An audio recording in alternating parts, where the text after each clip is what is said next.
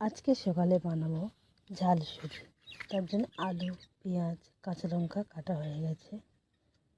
এদিকে কড়া বসিয়ে দিয়েছি, কড়াতে তেল দিচ্ছি,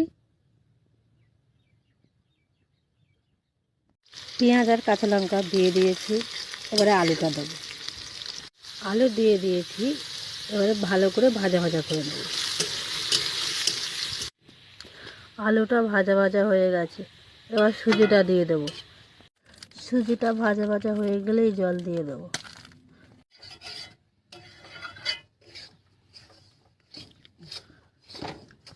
ভাজা ভাজা হয়ে গেছে, এবার জল দিয়ে দেবো।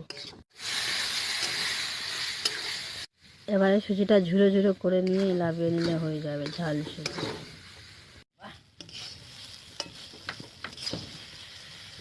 আমাদের ঝাল সুজি রেডি।